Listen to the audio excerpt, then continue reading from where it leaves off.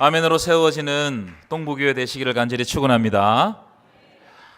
우리가 인생을 살아가다 보면 이런 사람들이 좀 마음에 들지 않는 사람이 때때로 생기고, 또는 나와 대립되는 사람을 종종 만날 때가 있습니다. 여러분, 그럴 때가 있습니까? 없습니까? 있어요. 그런데 여러분, 이렇게 내 마음에 들지 않는 사람을 만난다거나 또는 나와 대립되는 사람을 이렇게 종종 만나는 것은 어떤 면에서는 매우 자연스러운 일이다. 저는 그렇게 생각합니다. 인간관계 안에서 충분히 일어날 수 있는 일이다. 어떻게 모든 사람이 다 나를 좋아하겠습니까? 그렇죠? 여러분, 혈연으로 맺어진 내 가족도 나와 마음이 같지 않을 때가 있어요, 없어요? 있어요. 사랑해서 결혼한 부부도 서로 의견이 충돌할 때가 있습니까? 없습니까? 없는 척 하지 마시고 다 있을 거라고 생각합니다. 제 딸이 한 번씩 자기 생각에 자기 아빠가 이해되지 않을 때, 그때 자기 엄마한테 가서 뭐라고 이야기하는지 하면, 제가 요즘 이런 이야기를 자주 들어요. 아빠 왜 저래? 아빠 왜 저래?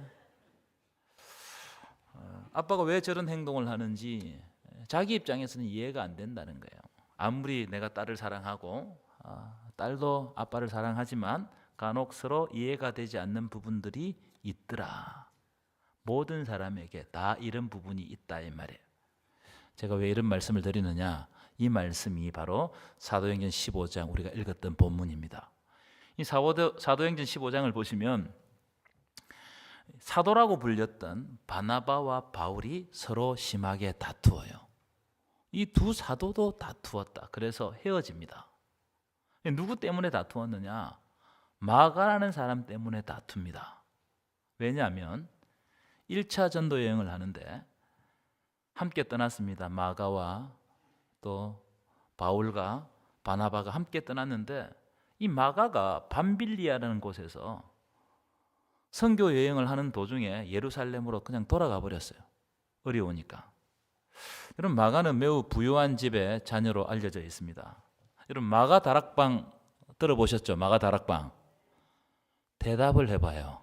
마가 다락방 들어보셨어요? 안 들어보셨어요? 예. 이 마가 다락방이 세계 최초의 교회 예루살렘 교회가 바로 마가 다락방에서부터 시작된 것으로 알려져 있어요. 120명의 성도가 이 마가 다락방에서 기도하다가 성령을 체험하고, 여기에서부터 예루살렘 교회가 최초의 교회가 시작된 거예요. 여러분, 이 다락방은 원래 큽니까 작습니까? 작죠. 세계 어느 곳에 가도 다락방은 작아요.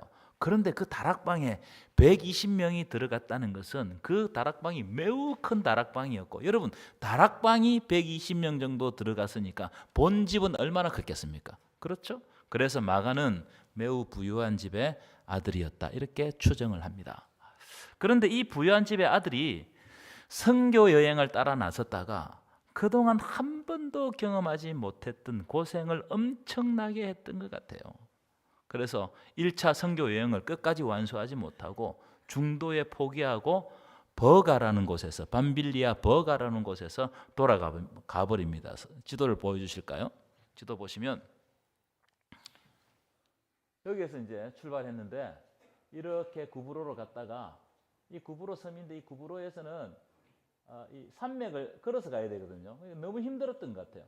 여기서 배 타고 버가 갔는데 여기에서 더 이상 있지 못하고 예루살렘으로 돌아가 버린 거예요. 됐습니다. 아마 이 경험을 하고 바울이 마가에게 엄청나게 실망을 했던 것 같아요. 왜냐하면 한 사람이 가다가 중간에 그만둬 버리면 이 바울 선교팀 자체가 흔들거릴 수 있잖아요. 자, 이렇게 1차 전도 여행 어쨌든 우여곡절 끝에 끝냈습니다. 그리고 2차 선교 여행이 시작되는데, 2차 선교 여행은 1차 선교 여행 때 세운 교회들을 돌아보기 위해서 2차 선교 여행을 이렇게 계획을 한 겁니다. 그런데 바나바가 1차 선교 여행 때 중도 포기한 마가를 또다시 데리고 가자고 바울에게 이야기하는 거예요. 그러니까 바울이 뭐라고 이야기했겠어요? 바울 성격상 절대로 안 된다. 38절 보여주세요.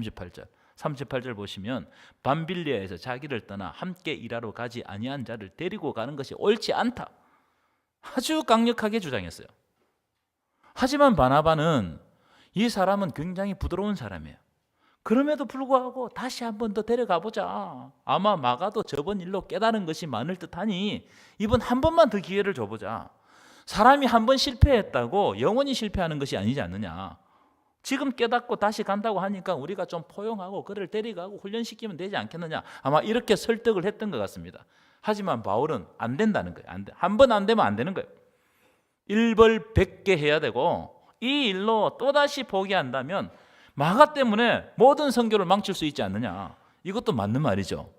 양보를 안 하는 거예요. 그래서 이 마가 때문에 두 사람이 사도인데 두 사람이 서로 다투다가 이게 봉합이 안 돼요. 그래서 헤어지게 됩니다. 그래서 바나바는 마가를 데리고 자기의 고향 구브로 섬으로 여행을 했습니다. 바울은 실라를 데리고 북쪽으로 1차 전도 여행지로 떠났습니다. 이것이 오늘 우리가 읽었던 사도행전 15장 34절에서 41절 말씀이에요. 두 사도도 서로 싸워서 헤어졌다는 거예요. 자, 그런데 오늘 두 번째 본문 이 디모데후서 4장 11절 보시면 이 분위기가 좀 달라요. 마가를 데리고 오라는 거예요. 여러분, 디모데후서는 바울이 네로에 의해서 사형 선고를 받고 이제 살 날이 얼마 남지 않는 이제 마지막 날들을 살아가고 죽음을 앞두고 있는 상황이었습니다. 죽음을 앞두고 바울이 그때 헤어지고 싸웠던 그 장면을 아마 떠올렸던 것 같아요. 마가 때문에. 그러니까 처음에 싸울 때는 이해가 안 됐는데 죽음을 앞두고 그 장면을 돌아보니까 이게 이해가 된단 말이에요. 세월이 지나서. 아니, 부유한 집의 아들 마가가 처음으로 그 험한 선교 여행에 동참했는데 온실에서 자란 마가가 그 연약하잖아요. 이 사람이 험한 선교 여행에서 지쳐서 돌아간 게 이해가 돼요, 안 돼요? 이해가 됐어요. 또 바나바 입장에서도 자기가 생각을 해보니까 마가는 바나바의 생질이거든. 조카단 말이에요. 그러니까 이 자기 조카가 얼마나 연약합니까? 그래서 이 사람이 영원히 실패하지 않게 하기 위해서 다시 이 사람을 안고 좀 데리고 가자고 한 것도 이해가 되는 거예요. 그래서 제 생각에 바울이 말년에 그 장면을 돌아보면서 내가 그때 별일 아닌 것을 가지고 심각하게 반응했구나. 그것 때문에 싸웠구나. 저는 이런 마음이 디모데후서 4장 11절 말씀에 담겨 있다고 생각합니다. 그래서 디모데에게 자기 아들이잖아요. 영적 아들이잖아요. 디모데에게 네가 올 때 이제 누구도 데리고 오라고요? 마가도 데리고 오라. 이렇게 명령을 하는 겁니다. 그가 나의 일에 유익하니라. 그가 나의 일에 유익하니라. 서로 감정이 막 올라와가지고 상하고 싸울 때는 마가가 나의 일에 무익하다고 생각해요. 저 사람 필요 없다 이거예요. 그런데 자기가 죽음을 앞두고 자기 장면을 되돌아보니까 자기가 무익하다고 생각했던 마가도 하나님 나라의 일에 유익하더라. 바울이 죽음 앞에서 마가를 새롭게 발견한 겁니다. 하나님께서 마가를 계속해서 사용하고 있다는 것을 이 바울이 발견한 거예요. 그래서 마가를 데려오라는 겁니다. 왜냐하면 마가를 다시 한번 세워주고 그에게 하나님의 사명을 맡기기 위해서 데려오라는 겁니다. 저는 이 장면을 읽을 때마다 굉장히 감동이 있어요. 우리가 때때로 살아가다 보면 원하지 않는 갈등이 일어날 때가 있어요. 그런데 이걸 우리가 그 갈등 속에 들어가 버리면 아무것도 보지 못해요. 그런데 하나님의 관점에서 이걸 볼 필요가 있지 않겠나. 제가 이 장면을 보면서 항상 마음에 감동이 있어요. 저는 이 장면을 가지고 두 가지 주제로 여러분들과 말씀을 나누고자 합니다. 첫 번째, 하나님 나라의 일은 일 자체가 우선이 아니고 관계가 더 우선이다. 일이 우선이 아니고 뭐가 더 우선이라고요? 관계가 더 우선이에요. 여러분, 어느 사회든 일 잘하는 사람을 우대하죠. 일 잘하는 사람을 좋아합니다. 그래서 이 회사에서 사람 뽑을 때 경력자를 뽑는 겁니다. 왜냐하면 효율을 따지기 때문에 일 잘하는 사람 효율이 좋은 거예요.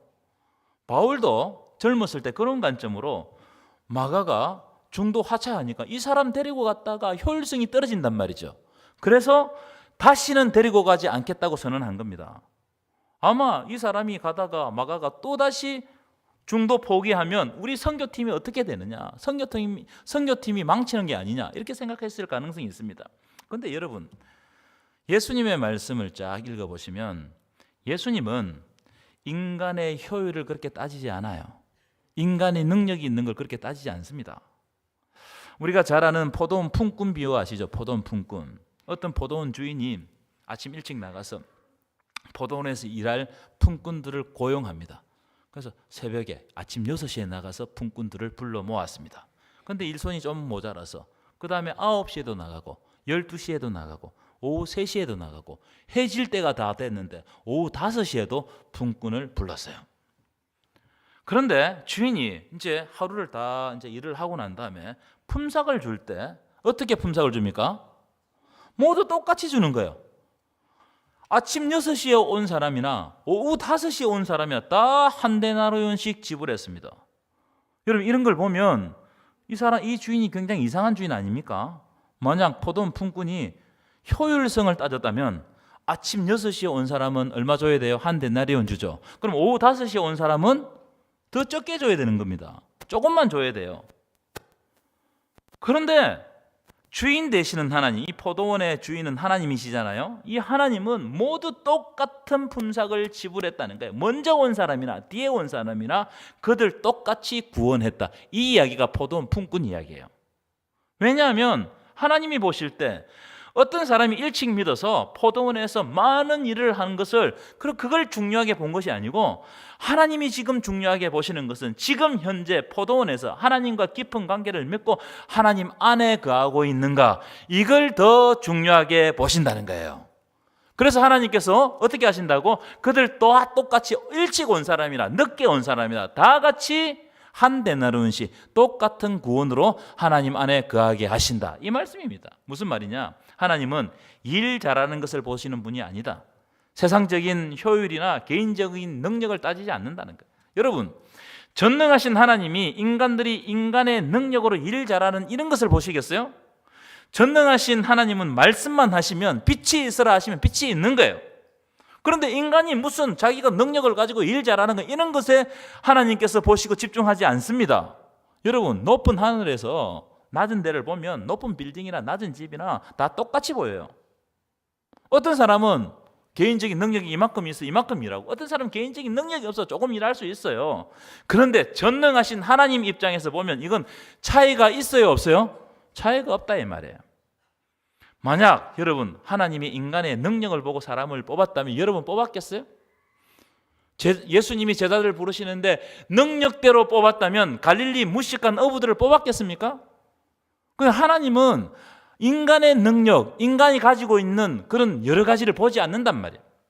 하나님이 중요하게 보시는 것은 지금 우리가 하나님 안에 거하고 있고 하나님과 어떤 관계를 맺고 있는가, 이걸 중요하게 보신다는 거예요.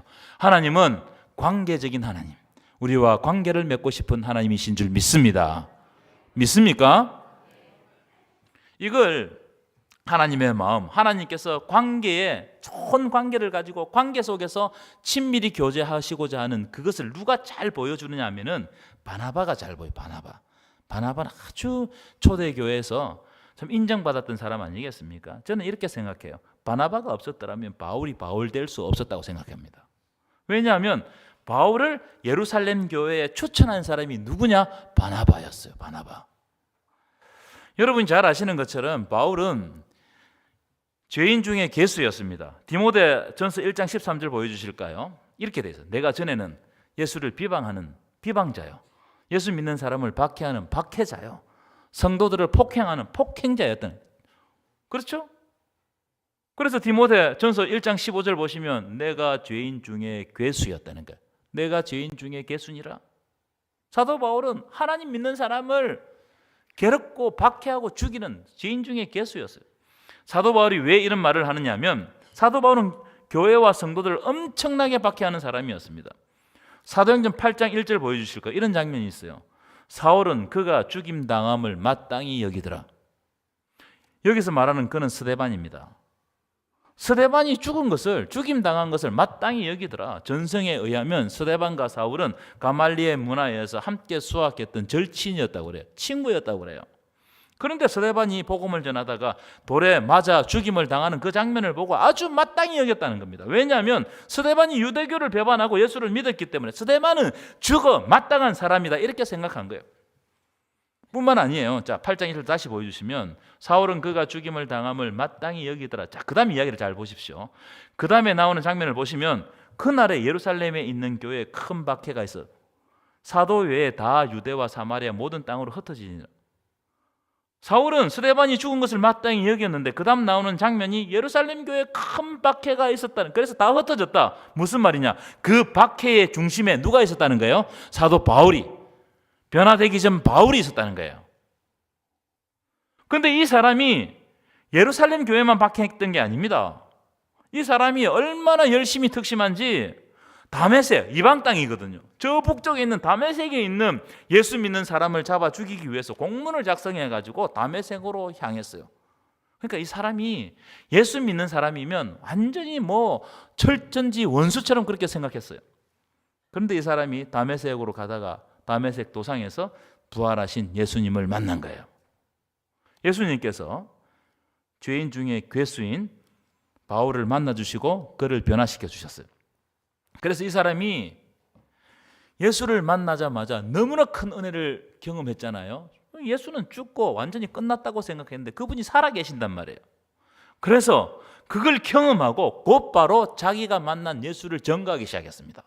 엄청난 그 예수에 대한 체험을 했기 때문에. 그리고 어디에 들어가고 싶었냐 하면은 예루살렘 교회에 들어가고 싶어요. 당연한 일입니다. 그 당시 교회는 예루살렘 교회 하나밖에 없었거든요. 그러니까 예수 믿으면 어디 가야 돼요? 교회 가야 되겠죠. 그래, 교회에 들어가고 싶은 생각은 당연한 일입니다. 그런데 여러분, 교회를 어제까지 박해했던 바울이 오늘 예루살렘 교회에 들어간다고 하니까는 예루살렘 교회가 바울을 받아줬겠어요? 안 받아줬겠어요? 안 받아주죠. 어제까지는 우리 믿는 사람을 박해하고 내 형제 자매를 잡아 감옥에 넣고 죽였던 사람을 어떻게 지금 오늘 우리가 받아준단 말이에요. 이때 예루살렘 교회에 바울을 추천한 사람이 누구라고요? 바나바였어요. 바나바가 바울을 추천한다고요. 바울에 대해서 다 두려워하고 믿지 못했는데 바나바가 바울을 추천해요. 왜냐하면 바나바는 예루살렘 교회에 존경받는 인물이었기 때문에 바나바가 추천을 하니까 예루살렘 교회가 바울을 받아준 거예요. 그런데 바나바가 바울을 추천한 게 한 번이 아닙니다. 바나바가 안디옥 교회를 개척할 때 다소에 있는 고향에 있는 이 바울을 데리고 와서 안디옥 교회 함께 동력합니다. 교회를 세우는 일에 함께 동력했어요. 그래서 제가 드리고 싶은 말씀은 바나바가 없었더라면 바울이 존재할 수 없었고 바울이 이방인의 사도가 될 수 없었다 이 말이에요. 바나바가 그만큼 중요한 존재였어요. 그럼 여러분, 바나바는 도대체 뭘 보고 바울을 추천했을까? 바울의 실력과 바울의 능력을 보고 추천했을까요? 저는 그렇지 않다고 봐요.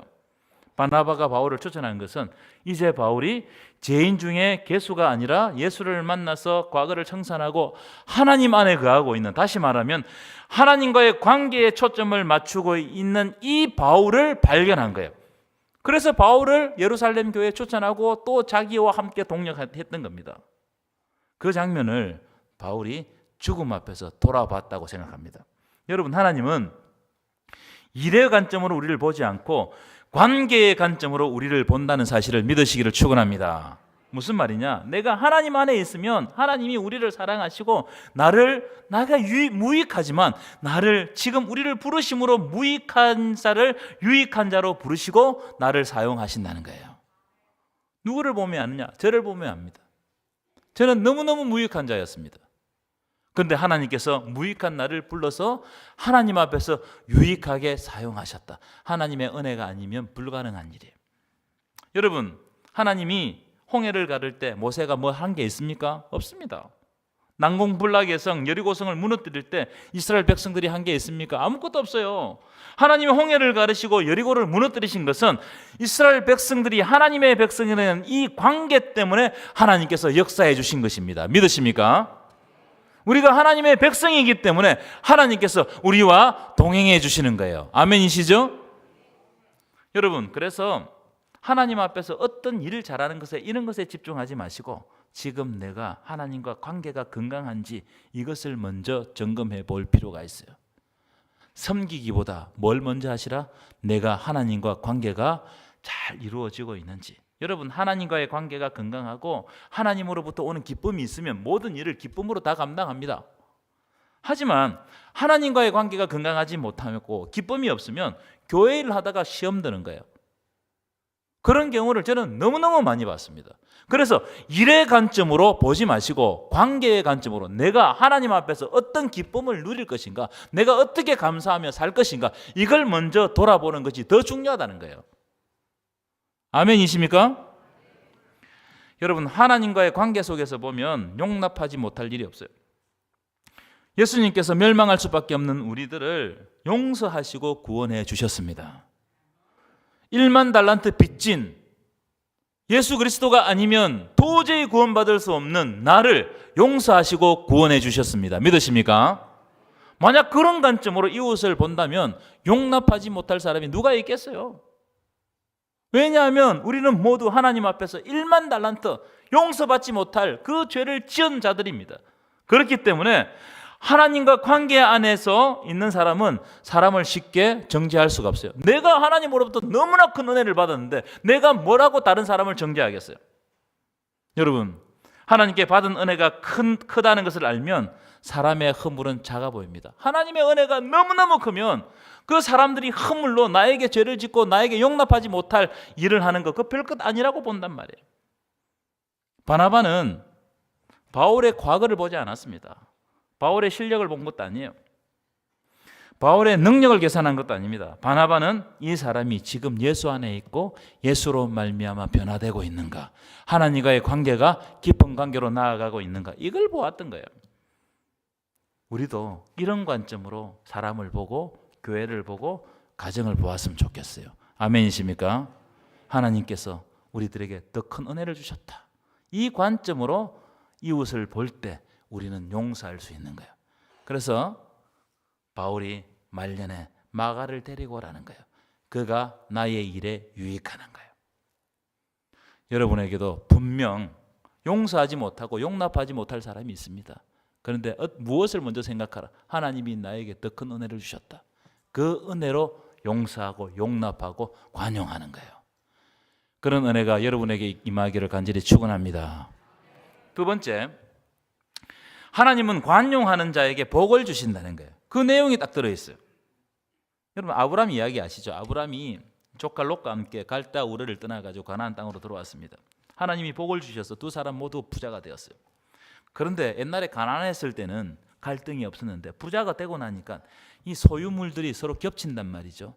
그래서 갈등을 겪고 서로 싸우기 시작했습니다. 그래서 어쩔 수 없이 서로 헤어지기로 결정했어요. 아브라함이 롯에게 먼저 선택권을 줬습니다. 네가 좌하면 내가 우하고 네가 우하면 내가 좌하겠다. 선택을 줬습니다. 그런데 롯이 아브라함에게 묻지 않고 어떤 땅을 선택을 하느냐면 가장 좋은 땅, 소돔 땅을 선택해요. 물이 넉넉한 땅, 살기 좋은 땅, 그 땅을 선택합니다. 제가 생각할 때, 상상했을 때 아브라함 입장에서 매우 섭섭했을 거예요. 아니, 나도 눈이 있는데 먼저 좀 삼촌에게 권해보지. 그렇지 않았겠습니까? 왜냐하면 지금까지 조카 롯을 돌보고 살만하도록 도와준 사람이 누굽니까? 아브라함 때문에 롯이 부자가 된 겁니다.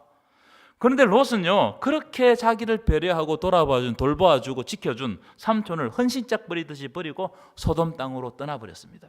자, 그런데요, 그렇게 섭섭하게 행동했던 조카 롯이 떠나고 난 다음에 그 다음에 아브라함이 롯에게 어떻게 하느냐, 이런 장면들을 우리가 잘 볼 필요가 있어요.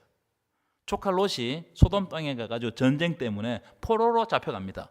이때 아브라함이 어떻게 하느냐면 군대를 이끌고 가가지고 목숨을 걸고 조카 롯을 구해내요. 여러분, 아브라함이 더 큰 사람이에요. 그러니까 복을 받는단 말이에요. 하나님께서 소돔과 고모라를 멸망시키려고 하셨다고 아브라함에게 말씀하셨어요. 그러니까 아브라함이 어떻게 하느냐면은 그 땅에 자기 조카 롯이 산단 말이에요. 그래서 하나님께 중보기도 합니다. 하나님, 그 성에서 의인 50명을 찾으시면 그 성을 멸하시겠나이까? 그 다음 또 기도해요. 하나님, 그 성에서 의인 45명을 찾으시면 그 성을 멸하시겠나이까? 그렇게 해서 40명, 30명, 20명, 10명 이렇게 간절히 롯을 위해서 중보기도 했어요. 여러분, 창세기를 처음부터 끝까지 보십시오. 하나님이 롯에게 복을 주셨습니까? 아브라함에게 복을 주셨습니까? 그렇죠. 넓은 마음을 가지고 관용하는, 중보기도하는 아브라함에게 큰 복을 주시는 겁니다. 그래서 우리가 믿음의 조상이라고 존경하는 겁니다. 여러분, 이런 장면을 그냥 대충 넘겨서는 안 돼요. 이런 장면을 우리가 잘 봐야 돼요. 하나님이 누구에게 지금 복을 주고 있는가. 빌립보서 4장 5절 보실까요? 우리 중요한 구절이기 때문에 한번 큰 소리를 읽겠습니다. 시작.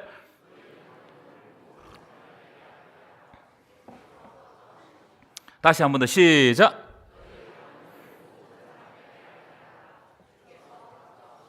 너희 관용을 누구에게 알게 하라? 모든 사람에게 알게 하라. 모든 사람에게 알게 하라. 모든 사람에게 너희 관용을 드러내라 이 말이에요. 왜냐하면 주께서 가까이 오셨다. 주님께서 곧 오신다. 주께서 가까우시니라 이 말씀은 우리가 관용하지 못하고 용서하지 못했던 것들을 주님께서 오시면 그 부분에 대해서 우리에게 책임을 물으실 것이다 이 말이에요. 그래서 너희의 관용을 모든 사람들에게 알리라는 거예요. 드러나게 하라는 겁니다. 관용이라는 말을 찾아보니까 헬라어로 에피에이케스라는 말입니다. 일반적으로는 관대한 마음, 넓은 마음을 가지라 이런 뜻인데 쏙뜻을 찾아보니까 이런 뜻입니다. 법과 규정보다 사람을 중요하게 여기는 태도. 법과 규정이 있죠. 근데 그거보다 뭘 더 중요하게 여기라는 거예요? 하나님이 보내신 사람을 더 사랑하고 더 중요하게 여기라 이 말이에요. 여러분, 우리는 하나님의 법으로 따지면 이미 죽어야 될 존재들입니다. 용서받지 못할 존재들이란 말이에요. 그런데 하나님의 은혜의 법으로 우리가 다 용서받고 새로운 존재가 된 줄 믿습니다. 믿습니까? 이 은혜를 우리의 삶을 통해서 드러내라, 나타나게 해라. 그럴 때 하나님 나라가 우리의 삶 가운데 펼쳐진다는 거예요. 우리가 관용하고 용서하고 주의 사랑, 주의 은혜를 드러낼 때 그곳에 하나님 나라가 펼쳐져 가는 거예요. 골로새서 3장 12절 13절 볼까요? 이 말씀도 중요한 장면이거든요. 한번 읽어봅시다. 시작. 그러므로 너희는 하나님이 택하사 거룩하고 사랑받는 자처럼 긍휼과 자비와 겸손과 온유와 오래 참음을 옷 입고 13절 시작. 누가 누구에게 불만이 있거든 서로 용납하며 피차 용서하되 주께서 너희를 용서하신 것 같이 너희도 그리하라. 아멘이십니까? 주께서 너희를 용서하신 것 같이 너희도 서로 용납하고 관용하고 용서하라는 거예요. 불만이 있어도 서로 용납하고 피차 용서하되 주께서 너희를 용서하신 것처럼 용서하라. 여러분, 이런 은혜가 있기를 축원합니다. 교회는 용납하는 공동체예요. 용서하는 공동체예요. 다 보이죠? 저 사람이 나에게 잘못한 걸 알아요. 그런데 하나님의 은혜가 크기 때문에 내가 그걸 덮어주는 거예요. 용납해 주는 거예요. 그리스도께서 여러분들이 죄를 다 까발렸으면 여기 남아있을 사람이 있습니까? 저를 24시간 촬영해가지고 맨날 교회 띄워준다 생각해보세요. 여러분, 저 목사로 못 세울걸요? 안 그렇겠습니까? 저만 그렇습니까? 여러분들 다 마찬가지일 거예요. 우리의 삶이 추악하단 말이에요. 그런데 그리스도께서 십자가 아래 다 묻어주시는 거예요. 아멘도 안 하시네. 십자가 아래 다 묻어주시는 거예요. 그래서 그리스도의 사랑을 받은 자처럼 너희도 용납해라. 마태복음 16장 19절 보시면 이런 장면이 있습니다. 네가 땅에서 무엇이든지 매면 하늘에서도 매인다는 거예요. 우리가 땅에서 풀지 못하고 갈등이 있고 서로가 서로를 공격하고 용납하고 매어 있으면 하늘에서도 이게 매어가지고 하나님께서 우리에게 복을 주지 않는다 이 말이에요. 반대로 우리가 땅에서 여러 가지 갈등이 있지만 땅에서 이걸 풀면 하늘에서도 이게 풀린다는 거예요. 하나님께서 하늘 문을 여시고 우리에게 알맞은 복을 주신다는 거예요. 관용하고 용서하는 자에게 하나님께서 더 큰 것을 주신다는 거예요. 믿으십니까? 바울이 오네시모를 빌레몬에게 보냅니다. 이 오네시모는 원래 빌레몬 집의 노예였어요. 그런데 이 노예가 엄청난 금전적인 손해를 끼치고 로마로 도망갔습니다. 여러분, 그 당시에는 노예가 금전적인 이 악영향을 끼치면 그 사람 잡아 죽여도 되고 도망가는 것도 죽여도 돼요. 이 사람은 살지 못하는 사람이에요. 로마로 도망갔어요. 참 이런 장면을 보면 하나님의 은혜가 어떻게 역사하는지 너무너무 신기합니다. 로마로 도망갔는데 원래 빌레몬하고 바울은 알고 있었거든요. 편지를 주고받는 사이였어요. 그런데 오네시모가 도망갔는데 바울을 만난 거야. 이야기를 해보니까 이 사람이 빌레몬 집에서 도망 나온 노예인 거예요. 여러분, 이건 우연이 아니고 하나님께서 오네시모를 누구에게 보내신 거예요? 바울에게 보내신 거예요. 오네시모가 바울을 만났어요. 바울을 통해서 주시는 말씀으로 하나님을 만난 거예요. 은혜를 체험한 거예요.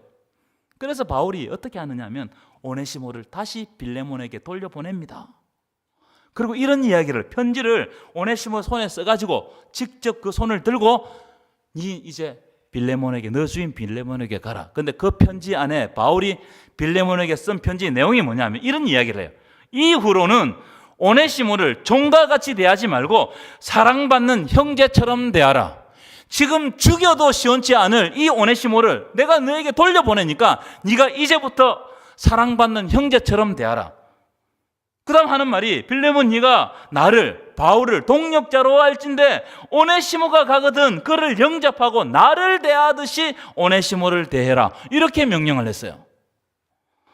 여러분, 이렇게 명령한다고 주인이 듣겠습니까? 근데 저는 빌레몬이 가장 훌륭한 사람이라고 생각해요. 빌레몬이 그 편지에 적혀 있는 바울의 명령을 그대로 수용해요. 놀라운 장면이죠.